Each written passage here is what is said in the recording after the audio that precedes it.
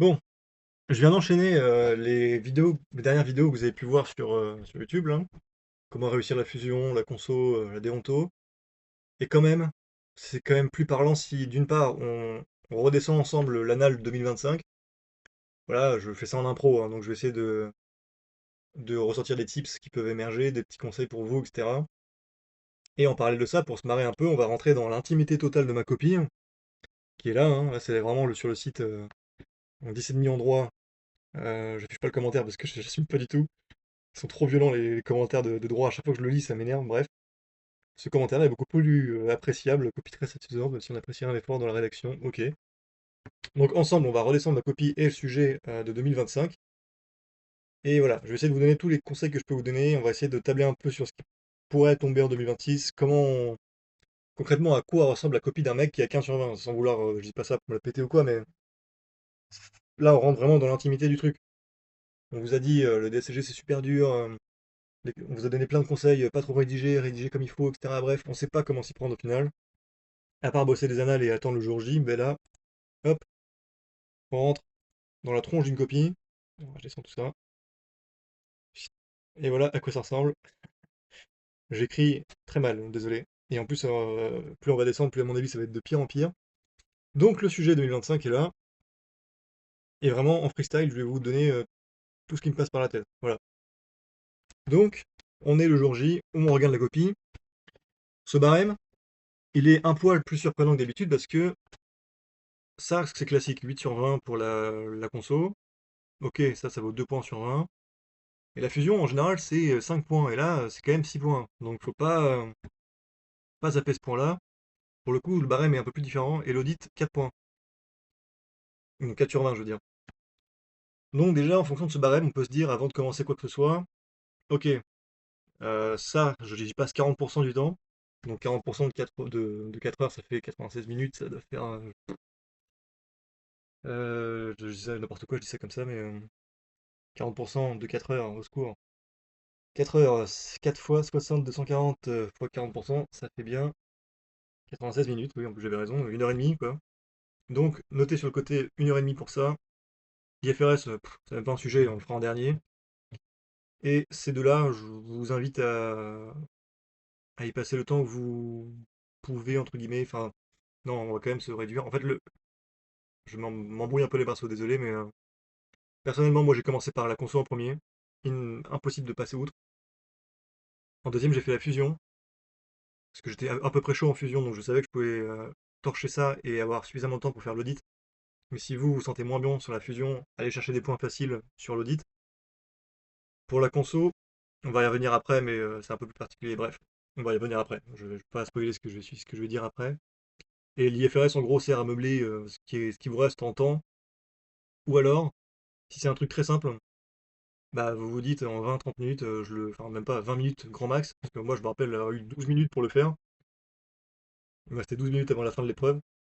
Et l'IFRS, voilà, ça dépend de ce que c'est. Si c'est simple et qu'il y a des points faciles à prendre, on les prend. Très important.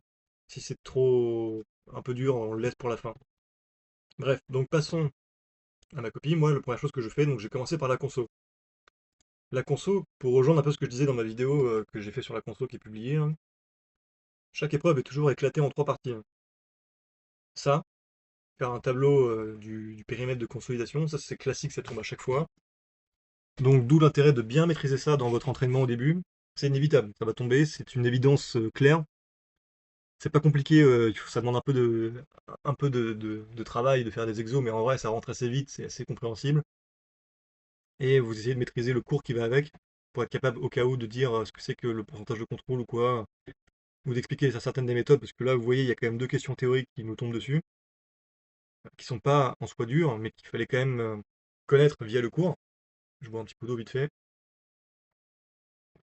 Ensuite la deuxième partie classique, les retraitements. Donc ça les retraitements c'est dans l'apprentissage ça peut mettre un peu de temps à venir, ça c'est clair. Et mais même si ça met du temps à venir, c'est quand même un point sur lequel vous pouvez gratter des points si vous en avez bouffé.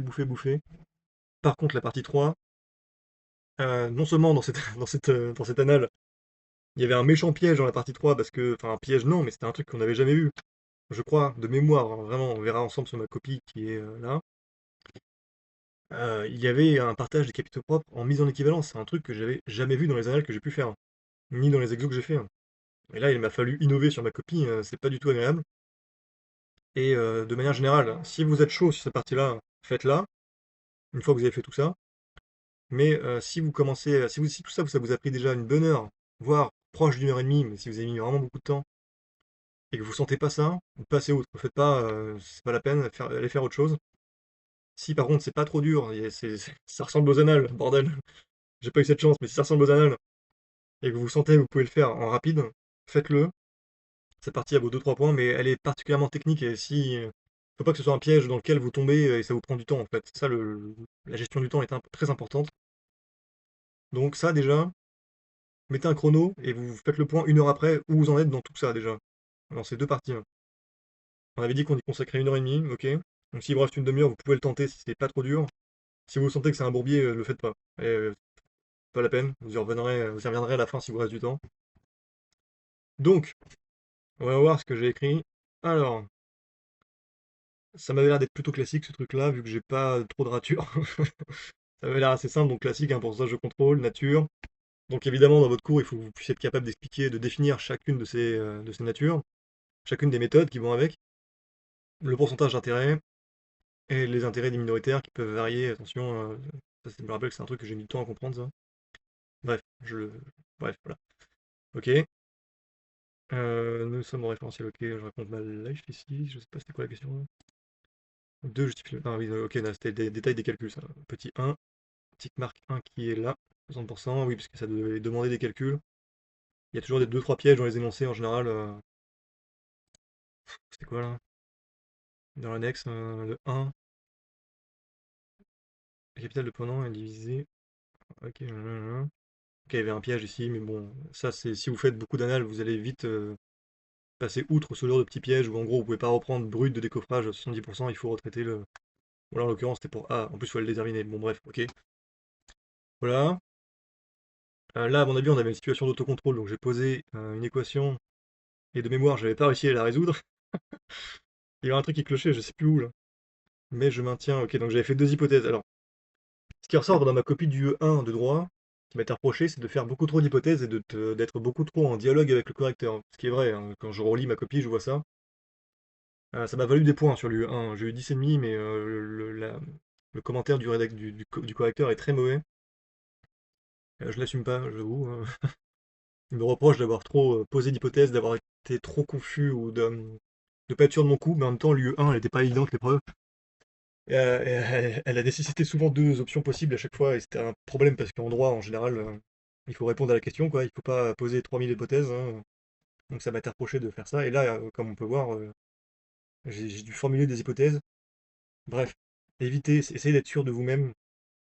Mais en vrai, je dis ça comme un conseil, mais si je devais le refaire, je sais très bien que je reposerais encore des hypothèses. Parce que je préfère mettre deux hypothèses différentes où dans une des deux, il y a la vérité et il y a la réponse, plutôt que d'être sûr de mon coup et me foirer en plus. Ou bref, je sais pas quoi dire. Voilà. Ok, bon là, on a une question de cours. Question de cours qui était justifier l'obligation pour le groupe. Donc ça, c'est une question de cours que je me souviens avoir déjà vue dans les annales. Donc ça tombe assez régulièrement de justifier l'obligation d'avoir des comptes conso. Ou alors, en général, quel référentiel est applicable. Pareil, ça, c'est des questions de cours qu'il faut maîtriser à tout prix, hein.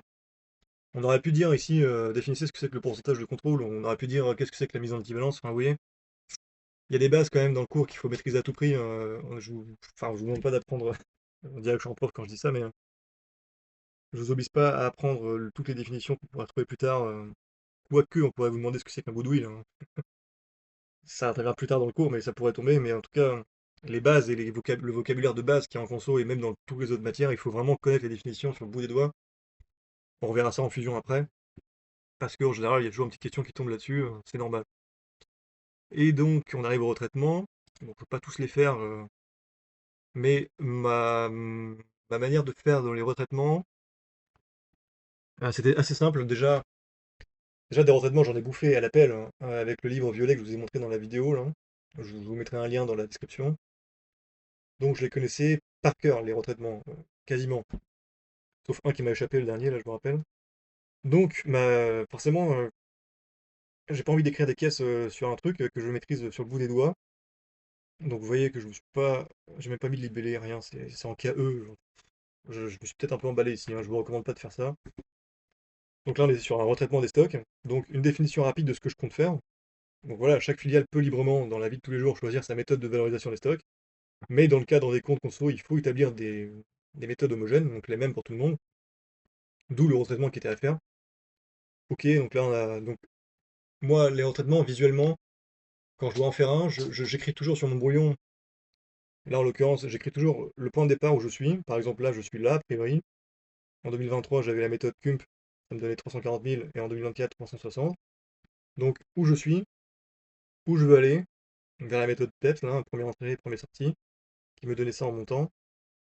Et donc, ce qu'il y a entre deux, donc entre l'endroit où je suis et là où je veux aller, c'est là qu'il y a mon retraitement d'homogénéité, enfin de mon retraitement tout court en fait. Mon écriture de conso au bilan et au compte de résultat. Donc là, c'était assez simple sur ce coup-là, j'ai pu faire ressortir facilement les valeurs, on va dire, donc j'avais plus qu'à poser mes écritures en deux spi visiblement, parce qu'il n'y a pas de libellé, il n'y a rien là. Euh, Là, ça va être la même méthode, donc pour les mêmes raisons d'homogénéité des méthodes, nous devons retraiter la méthode à l'achèvement en méthode à l'avancement. Sachant que les prévisions de coûts et de résultats interviennent en 2024, je vais calculer ma réserve. Oh putain, je me rappelle, c'était dur ça. Il y a eu un piège là-dessus, il fallait que. Parce que. Ah, je me rappelle plus exactement, c'était quoi l'énoncé. Le contrat à long terme. C'était un contrat à long terme, mais hein, il nous manquait des infos, je crois, ou je sais plus quoi. Il fallait que je revienne dans le passé pour déterminer en fait mon retraitement. Et c'est pas facile celui-là. En gros, soit en 2023, en fait, il fallait que je détermine ma réserve de base. Je sais plus pourquoi du coup, mais. Ok, donc je passe ça par déduction, hop, j'ai ça. 2024. Et là, donc, nous pouvons cumuler et passer les écritures de bilan. Bon, je l'ai plus en tête le sujet, hein, je sais pas pourquoi j'ai refait ça. Peut-être que vous allez parvenir à la même approche en refaisant l'annale de 2025, que je vous conseille d'ailleurs, parce elle était pas évidente, elle était un peu piégeuse quand même. Sur certains points, on verra tout à l'heure, surtout sur la fusion et aussi la conso, en fait. La troisième partie était trop piégeuse, là.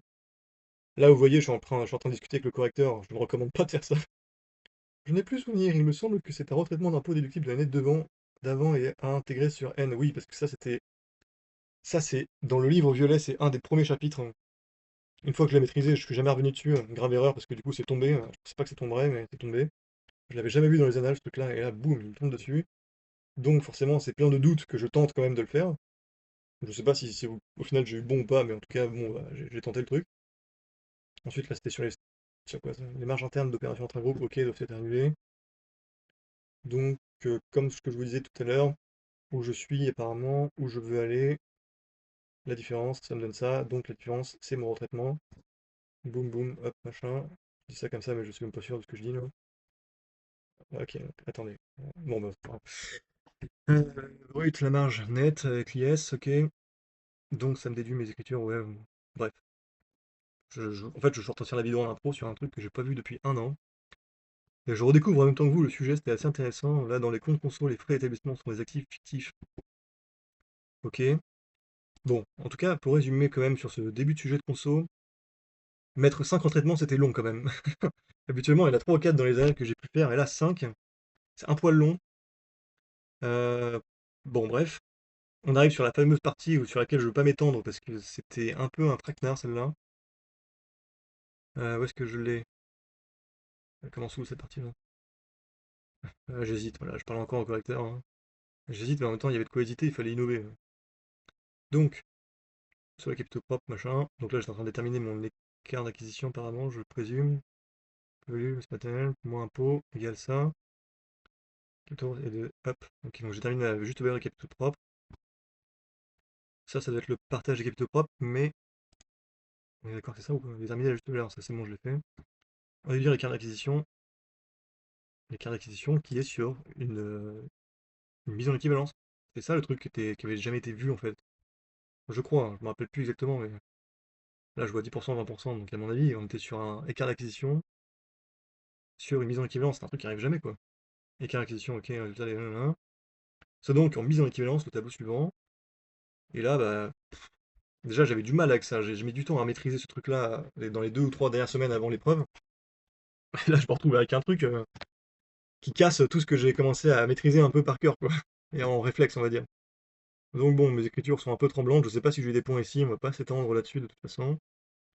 Dossier 3, la fusion. Ok, là, ça devient intéressant. Parce que la fusion, il y avait un... À mes yeux, c'est un sale piège qu'il y avait.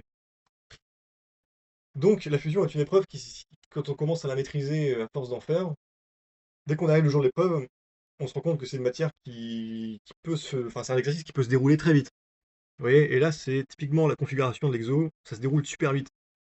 Vérifier que le rapport d'échange est équitable, sachant qu'on donne dans les annexes les valeurs, donc ça allait assez vite à vérifier, il me semble. Donc là, il fait juste avec les valeurs des actions qu'on nous donnait. Donc ok, on n'avait pas besoin de calculer la valeur des actions, c'était plutôt sympa, tu vois. Voilà, vérifier la parité. Ok, parfait, ça vaut la même chose. Bon, bah, le rapport d'échange est équitable. Une question simple. Ensuite, je m'excite un peu. Dans un souci de gain de temps, je vais faire la question 2, 3, 4, 5, 6 en une seule fois. Prise de risque, hein, mais bon, ça en valait la peine. Néanmoins, le piège de ce truc-là, c'est qu'on ne nous pose pas la question dans l'énoncé, est-ce qu'il s'agit d'une fusion à l'endroit ou à l'envers? Et si vous commencez un peu à maîtriser la fusion, vous savez que ça a des conséquences sur l'approche. On n'est plus à la valeur comptable, on est à la valeur réelle. Enfin, vous voyez, il y a toute une cascade de problèmes. Et si on déroule l'exo à fond la caisse, là, comme j'ai failli le faire, j'étais vraiment à deux doigts de le faire, et qu'on se rend pas compte qu'en fait, on changeait de. On était dans une fusion à l'envers de mémoire et pas une fusion à l'endroit, bah, on déglinguait tout l'exo parce que c'était pas demandé en fait dans l'énoncé. Donc toujours avant de commencer l'exo de fusion, ce que je vous recommande, c'est de vérifier rapidement, le faire sur le brouillon, mais très rapide, hein. C'est-à-dire que là, ça on s'en fout sur le brouillon, vous faites direct. Ça peut aller très très vite à faire sur votre brouillon. Et vous essayez de confirmer si oui ou non, surtout si on vous pose pas la question, est-ce que oui ou non il y a changement de contrôle, parce que ça va influencer tout le reste. Donc moi, je fais quoi là? Moi j'avais capté ça sur mon brouillon parce que j'ai eu un éclair de génie, je me suis méfié, je sais pas, en lisant l'énoncé, je me souviens avoir vu le truc et je me suis dit, ah, ça sent quand même le changement de. Et en plus on ne pose pas la question, ce qui est pas habituel. Et heureusement que j'ai vraiment tiqué là-dessus, sinon je me serais fait avoir. Enfin, je me connais, quand j'aurais déroulé l'exo à tout berzingue, parce qu'en plus il n'était pas si dur que ça dans les étapes de la fusion, je me serais fait piéger, mais comme un nul, franchement, si je l'avais pas vu. Donc ok, donc la société absent machin qui est devenu à 80%, sur l'augmentation de capital suivante. Et là en fait je démontre que en émettant les 19 200 actions, la SA machin, hop, a priori bah, on changeait de. La géographie du capital changeait, et il y avait une fusion qui était à l'envers, et pas à l'endroit. Donc la valeur des apports sera comptable. Pas à la valeur réelle. Chose que je suis persuadé d'avoir failli commencer l'exo en étant sûr et certain de partir à la valeur réelle. Bref. Autre point que j'ai pas pu expliciter à l'oral dans ma vidéo sur la fusion, j'ai fait une vidéo sur YouTube là.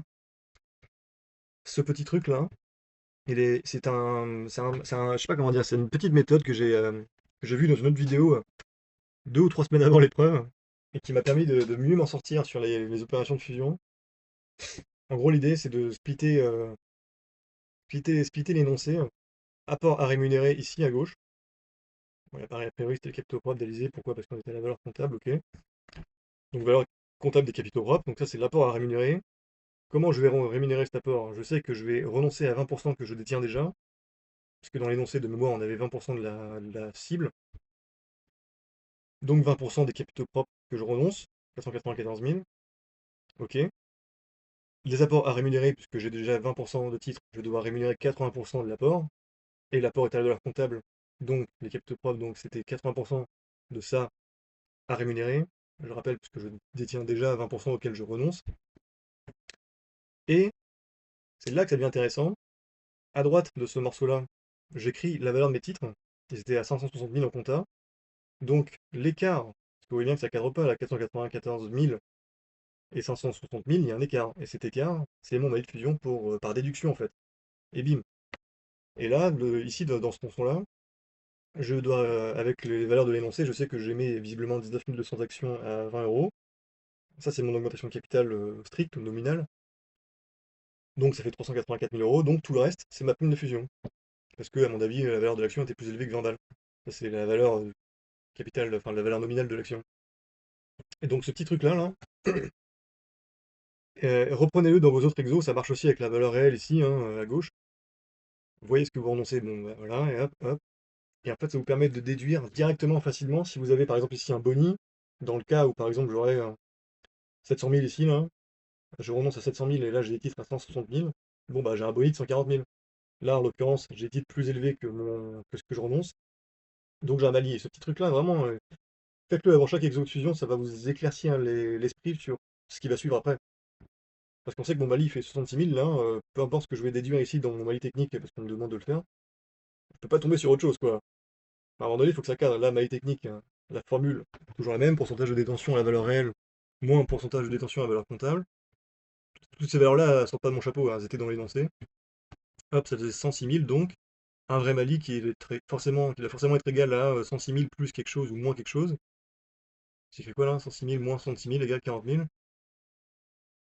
Putain, je me rappelle plus de tout ça. Supérieur à Mali de 1. Qu'est-ce que j'ai écrit là? Fusion donc en vertu de l'article on dirait que Mali technique c'est mythomé de fusion. Ah putain, oui, ça c'est un truc que j'avais vu dans une ALA que j'ai répondu. Bref, en tout cas, ce que je veux dire ici, parce que je m'embourbe, je suis en train de parler de quelque chose que j'ai pas vu depuis un an. Si vous faites des exos, vous savez de quoi je parle. Mon mail fusion fait 66 000. A priori, mon mail technique, il en fait 106 000. Donc, sachant que j'ai 106 000 plus élevé que 166 000, là, ma technique est supérieure au mail de fusion. Donc, en vertu de l'article 745-5, on sent le gars qui a bouffé des annales et qui a appris, qui a recraché ça comme ça. On dirait que mail technique se limite au mail de fusion. Oui, c'est une règle de je ne sais plus quoi. Là, vraiment, c'est un point très précis là, que j'ai mis. Mais en tout cas, ça permet de dicter le fait que j'affecte 5 000 sur le bâtiment et le solde de 16 000 sur le fonds commercial. Là, il y a une règle que je ne me souviens plus, hein, clairement. Bref, et ensuite on demande de passer les écritures comptables. Ok. Bah, sachant qu'on a dans le tableau du dessus, on a déjà splitté tout le truc. Facile. Hop, augmentation de capital, apport à rémunérer, augmentation de capital, prime de fusion. Là, ça c'est l'affectation de mes Mali. Là, c'est les titres que j'annule, 560 000. Reprise de provision parce que je devais avoir dans l'énoncé une provision de que je sais pas quoi. Et là, après la deuxième écriture, la reprise des actifs passifs, ok. Toujours pas de libellé, bien sûr. Et là, boum, boum, ça cadrait bien. Hop, fin du truc. Ah non, pas fin du truc. Ça doit être l'amortissement du Mali. Ou alors on devait réévaluer le Mali ou je sais plus quoi. C'est quoi la question? Présenter toutes les écritures relatives au bâtiment. Bon, là vous voyez en tout cas que c'est un déroulé classique hein, de ce qu'on voit dans les exos de fusion dans les annales. Là, c'était une fusion entre guillemets simple. Peut-être que vous aurez un apport partiel d'actifs ou une scission. Ça, je ne peux pas, je suis pas devin clairement. En tout cas, je vous invite à forcément bosser le livre Les Carrés, parce que c'est vraiment lui qui m'a appris tous les skills pour répondre à tout ça. Je bois de l'eau. Et aussi les exos du livre, le pavé des CG4, hein, clairement, qui était assez utile aussi. Et voilà, qui m'a permis, en fait, l'avantage du livre Les Carrés, c'est que je suis persuadé qu'il y a un exercice pour chaque question, en fait. Vraiment. Et d'autant plus que ce livre va au-delà, parce qu'il vous apprend aussi l'apport partiel d'actif ou la session, qui pourrait très bien tomber en 2026, hein, je sais pas, hein, mais ça pourrait tomber. Donc voilà, on a un déroulé classique qui va assez vite. Ça, la fusion, c'était sur 4 points, donc 20% du temps à passer dessus, donc 20% de 240, 48 minutes. Euh, non, c'était même pas ça, je crois que c'était 6 points, 6 sur 20 la fusion, il me semble. Ouais, 6 sur 20, donc non, il fallait passer 1 heure. J'ai dû passer une heure et quart dessus, je crois. Donc voilà. Voilà, donc vous avez bien vu le premier piège au tout début, toujours faire des contrôles avant de commencer l'exo. Vous jetez pas dessus comme un fou, parce que c'est typiquement le truc que je fais personnellement, je saute dessus comme un malade, parce que c'est un déroulé qui est facile à faire, qui va vite, quand on maîtrise le truc, ça va très vite. Et quand on est dans le rush de l'épreuve, on a envie d'aller vite, et de gagner du temps sur les trucs simples qui rapportent des points, et c'est ce que j'étais parti pour faire. Donc posez-vous 2 secondes, retranscrivez l'énoncé, d'autant que l'énoncé peut faire peur. Je crois que celui-là il faisait 2-3 pages. Il était assez costaud. Vous voyez, tout ça, c'est l'énoncé de fusion. Et je me rappelle que quand j'ai tout lu, ah oui, c'est d'accord, ok. Quand j'avais tout lu, j'étais en mode, putain, je me suis senti un peu fébrile à un moment donné. Je me rappelle très bien avoir eu un doute, plusieurs doutes même. Et le contrôle du changement comment dire, la perte de contrôle en fait, et la fusion donc à l'envers. Quand j'ai percuté là-dessus, bon, c'est bon, tout s'est éclairé, mais j'ai passé au moins 10 minutes à relire l'énoncé et être vraiment dans le doute. Vraiment, vous voyez cette peur que vous avez quand vous avez bossé une épreuve comme un fou, et que là vous avez encore un doute alors que quand vous faisiez des exos pour vous entraîner c'était super simple. Là j'ai ressenti cette peur là. Bref, voilà donc ça c'était donc la fusion. Ok. Passons donc à l'audit. Alors, l'audit. L'audit, là, c'est un peu spécial. On a quand même 10 questions. Donc, mine de rien, c'est assez lourd. Euh, c'est assez lourd et en même temps, en plus, t'es sur 4 points. Ah, t'es sur 4 points. Et, euh, et comme on voit 10 questions, on se dit, putain, on va y passer une plombe à le faire pour 4 points. Est-ce que ça en vaut la peine, etc. Bref, on se calme. Voyons voir la question. Déjà, on a 10 questions. Donc, ça veut dire qu'on peut au moins en gratter la moitié où on est sûr d'avoir bon. Parce que c'est vrai que quand on prépare l'épreuve de déonto, bah, en général, l'autre cours, il fait une 10-15 pages à apprendre par cœur un peu. Il y a beaucoup d'exos très divers. Il y a des questions qui sont récurrentes dans les annales, c'est vrai. Mais il y a quand même une diversité des questions qui peuvent tomber et qui est assez élevée, qui nécessite donc de faire pas mal d'exos en termes de nombre. Donc, je sais pas pourquoi je dis ça en fait. Mais voilà. Donc on en arrive à là. In fine, on a 10 questions du coup. Ok. Indiquer l'objectif principal d'une mission d'audit légal. Bon, ça c'est une question qui, au-delà d'être plus ou moins récurrente, elle est surtout très simple. Si on, enfin, je veux dire, c'est les premières choses qu'on apprend dans le cours. Et là, on vous a sûrement dit en classe, c'est surtout de ne pas faire des gros pavés dans ce que vous écrivez. Et je suis assez d'accord là-dessus parce que déjà ça vous prend du temps. Et pour le correcteur, c'est sûrement un peu pénible de devoir lire des pavés entiers. Cette question-là, il n'y avait pas besoin de faire 10 lignes. En fait, là, ça tient en une définition. Voilà, très clair. Point. On passe à la question 2. On perd pas de temps à déblatérer pour rien. La mission d'audit légal consiste à exprimer une opinion sur la sincérité et la fidélité des comptes d'une entreprise conformément à un référentiel comptable applicable. Donc, on s'assure que les comptes ne représentent pas d'erreur ou de fraude. L'anomélie, de manière générale, susceptible d'influencer le jugement du lecteur des comptes. Très bien, boum, terminé. Ensuite, question 2. Justifier s'il est obligatoire ou non pour la société, machin, de faire certifier ses comptes annuels. Là, on a un semblant de piège parce que je me souviens être parti comme une balle. J'avais écrit une entreprise, mais en fait, c'était pas une entreprise, c'était une filiale d'un groupe conso. Et là, c'est pas les mêmes seuils habituels. Là, c'est une filiale d'un groupe consolidé. Donc les seuils sont pas les mêmes. Il y avait un micro-piège là, mais c'est plus. C'est même pas un piège, c'est moi qui ai failli tomber dedans parce que je suis parti sur une entreprise a l'obligation de donner un CAC, si, machin. Et là, j'allais balancer les seuils classiques qu'on connaît tous, 4, 8, 50, qui sont d'ailleurs aujourd'hui, je crois, 5, 10, 60, je crois qu'ils ont été revus à la hausse. Bref. Donc, est-ce qu'elle dépasse les seuils ou pas? J'expose mes seuils. Et là, en l'espèce, là, il fallait quand même dire un peu en l'espèce si elle doit nommer un CAC ou pas. Elle doit nommer un CAC, ok. On passe à la question 3. Question 3. Après avoir rappelé la définition d'une anomalie significative, ok, donc là on a deux définitions à rebalancer. Donc ça c'est la question là un peu plus lourde, hein. Déjà, on sent qu'il faut rédiger un peu plus. Ok, donc là je mets les deux définitions. Le risque d'anomalie va donc littéralement. Ouais, oui, c'est vrai. Bon, oui, ça va littéralement mener à la planification des travaux d'audit. C'est vrai. Pas que non plus, mais un peu quand même. Suivant les risques de chaque composante, les travaux s'adaptent en fonction. Donc prise de connaissance, intervention finale, ok. Là, je discute encore avec le correcteur, hein. Il y a deux manières d'aborder la question. C'était quoi la question? Bon, pas tout leur descendre non plus, mais indiquer en quoi la concentration des ventes sur trois clients strat peut présenter un risque pour les états financiers. Question qui est pas si facile enfin, pas si facile non plus, quoi, parce que là, on sort un peu du cadre. On n'est plus dans le cadre où on doit recracher le cours, là. On est en mode, il faut vraiment raisonner comme un auditeur. Et je peux comprendre que si vous faites de l'expertise et pas d'audit, ça peut être un peu plus galère comme question. Et ça, c'est peut-être un reproche que je ferais aussi. Un reproche qui va être entendu par personne, mais je trouve effectivement qu'il y a beaucoup de questions d'audit dans la partie déonto et audit. Puisque le manuel s'appelle compta et audit, hein, c'est le nom de l'épreuve en fait. Mais j'aurais aimé qu'il y ait aussi plus de questions sur la déonto de l'expert comptable, par exemple, ou en tout cas sur l'expertise comptable.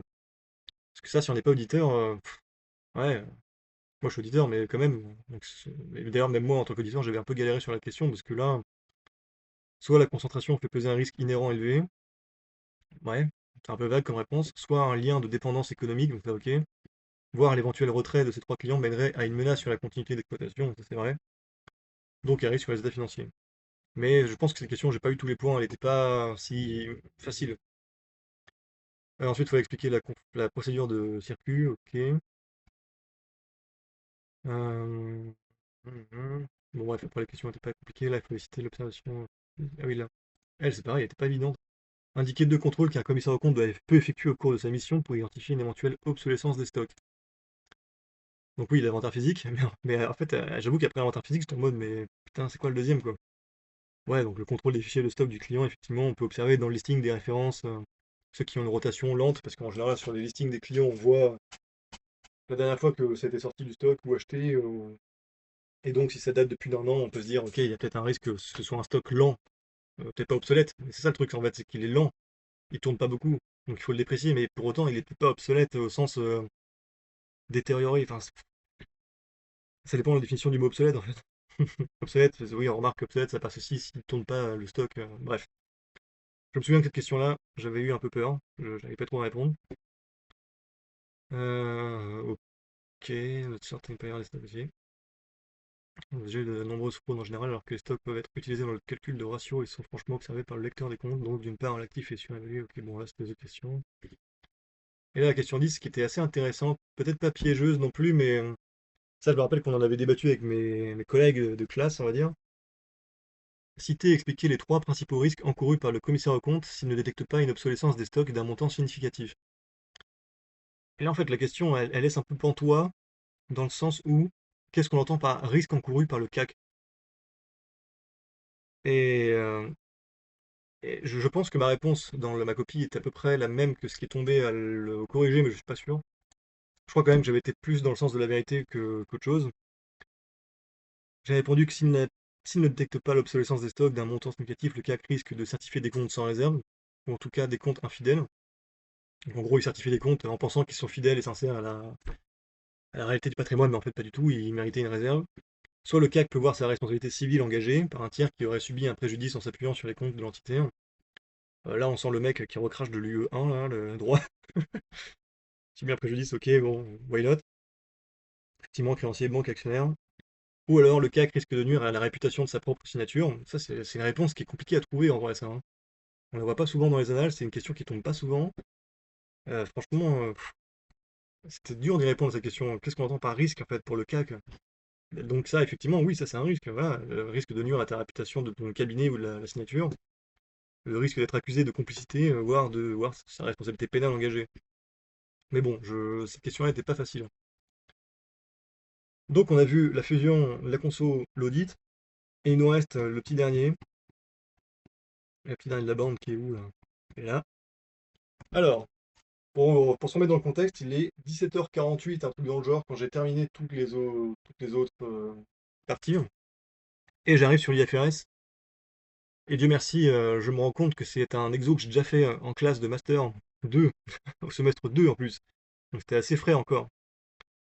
Donc les exos d'IFRS, comme je vous avais dit dans ma vidéo sur comment réussir la conso à l'IFRS, c'est jamais très long forcément comme exo, hein, faut que ça aille vite, hein, c'est que sur 10 points.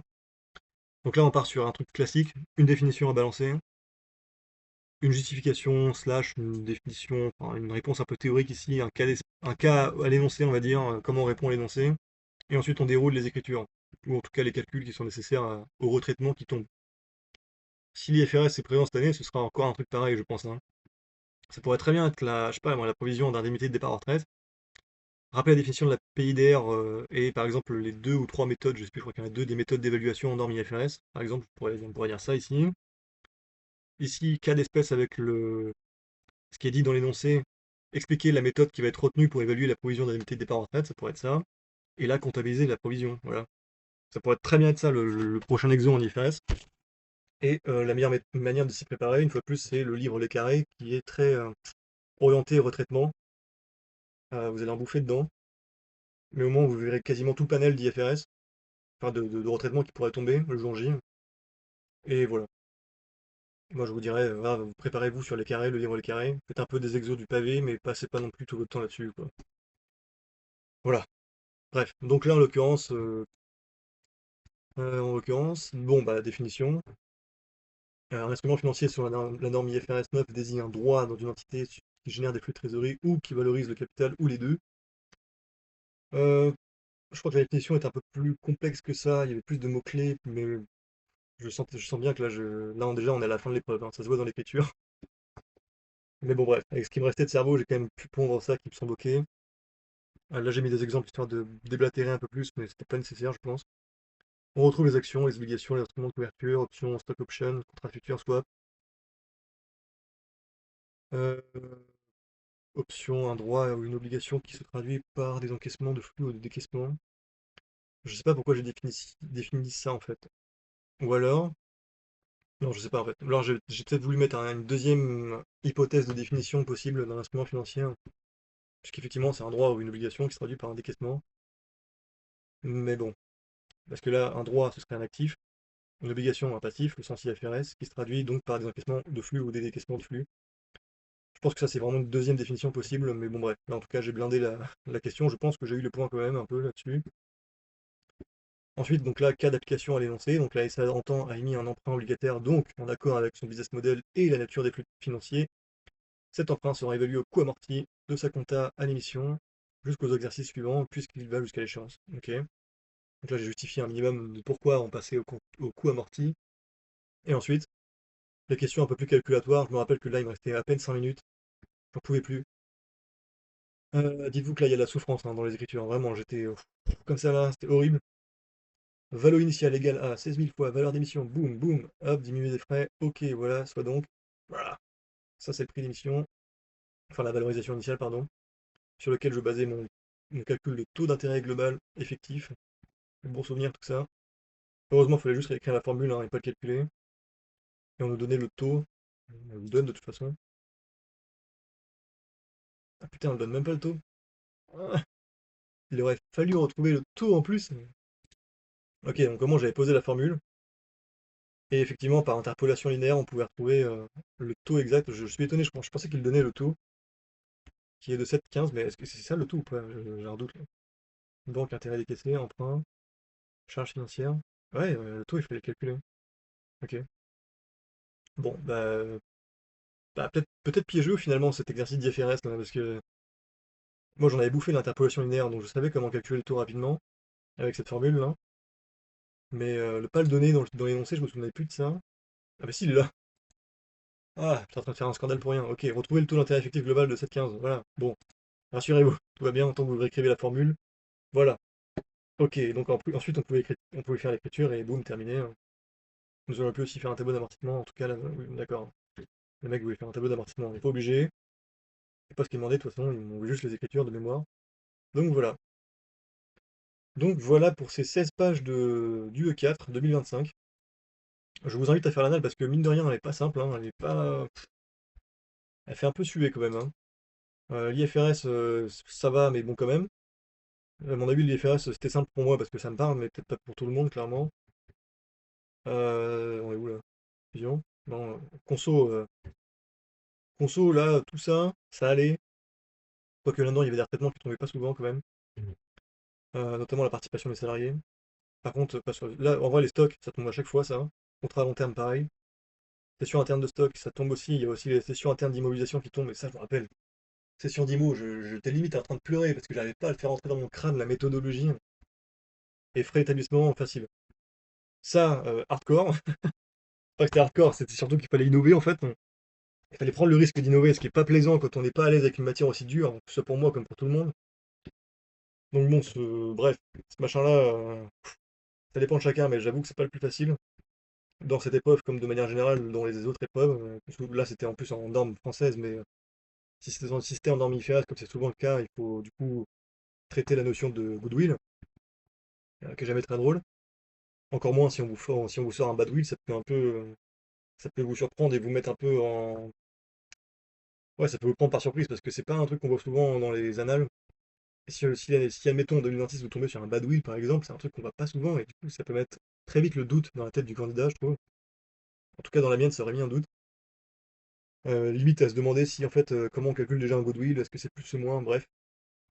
Pour la conso en tout cas, pas obvious, mais entraînez-vous là-dessus, c'est une bonne base d'apprentissage, je pense. La fusion, si on y va à l'esprit relax, on se calme, on lit bien l'énoncé, c'est du français comme dirait mon père, on lit bien l'énoncé, on retraduit l'énoncé en vérifiant qu'il n'y a pas un changement de contrôle dans l'opération qui est expliquée. Et comme je l'ai fait sur ma copie, merde, ça va être un peu loin. C'est où? Putain, il y a des pages là. Comme je l'ai fait dans ma copie, refaites ce petit truc là. Déjà, si vous regardez cette vidéo et que vous êtes encore à 1 ou 2 ou 3 mois de l'épreuve, apprenez à faire vos exos de fusion avec ce machin là. C'est littéralement la colonne vertébrale de tout ce qui va suivre après, ce sera beaucoup plus simple, beaucoup plus clair. Et même, ça va forcer plus facilement la logique à rentrer. Ce truc-là, je suis triste de l'avoir découvert 3 4 semaines avant l'épreuve, parce qu'il m'aurait évité de galérer comme un bœuf là sur la première fois que je faisais les exos, quoi. Donc ça, c'était pour la fusion, et qu'est-ce qu'on a pas traité? Et l'audit, déonto, bon bah là, là, les seuls conseils que je peux vous donner, c'est pas le choix, c'est d'apprendre votre cours par cœur, quoi. Faire beaucoup d'exos diversifiés. C'est plutôt le volume d'exos qui va compter plutôt que de maîtriser par cœur, parce qu'il y a trop de questions qu'on peut vous poser, c'est trop large. Et donc voilà. Je pense très sincèrement que l'épreuve de 2026 sera plus simple que celle-là. De toute façon, quand on fait les annales, on se rend compte qu'il y a des épreuves qui sont dures et l'année d'après, elles sont plus simples. Moi, je pense que 2025 était une année dure. Je pense que 2026 sera plus simple, peut-être un peu moins piégeuse, parce que là, celle-là, en vrai, avec le recul, maintenant je regarde, pas évident non plus, quoi. Voilà, donc c'est tout pour moi. J'espère que ça valait le coup que je dévoile mon intimité absolue en balançant ma copie, hein. Je pourrais pas faire, je le ferai pas pour pour le droit, parce que le droit, ça sert à rien de vous montrer l'annale de droit, dans le sens où déjà il y a trop de choses qui peuvent tomber. Clairement, ça ne sert à rien. La structure de l'épreuve de 2026 sera différente de 2025 et de l'année suivante. Enfin bref, ça ne sert à rien que je vous montre ma copie. Et en plus, ma copie, c'est que des pavés en fait. À chaque question, il faut écrire je sais pas combien de lignes. J'ai pas, c'est pas pertinent que je vous montre mes réponses ou quoi. Parce qu'en plus, c'est une copie qui vaut 10,5, donc en soi, est-ce qu'il y a vraiment besoin de prendre exemple dessus? Je sais pas. Prenez plutôt les corrigés des annales, c'est plus fiable. Là, c'était intéressant de commenter ça avec vous, mais parce que j'ai eu 15, mais bon. Si j'avais eu 12, je sais pas si je voudrais montrer ma copie aussi. D'ailleurs, si j'avais eu 12, je pense pas que j'aurais fait de vidéo tout court en fait sur le DSCG. Mais bref, en tout cas voilà, c'était intéressant. Dites-moi dans les commentaires si vous avez des questions, des remarques, quoi que ce soit. Euh, et puis voilà. Bonne journée à vous. C'était très drôle de faire cette vidéo. C'était très drôle pour moi de revoir ça. Voilà, la dernière fois que j'ai vu ça, c'était il y a presque un an. Beaucoup de nostalgie là. Bon allez, sur ces belles paroles. Ciao!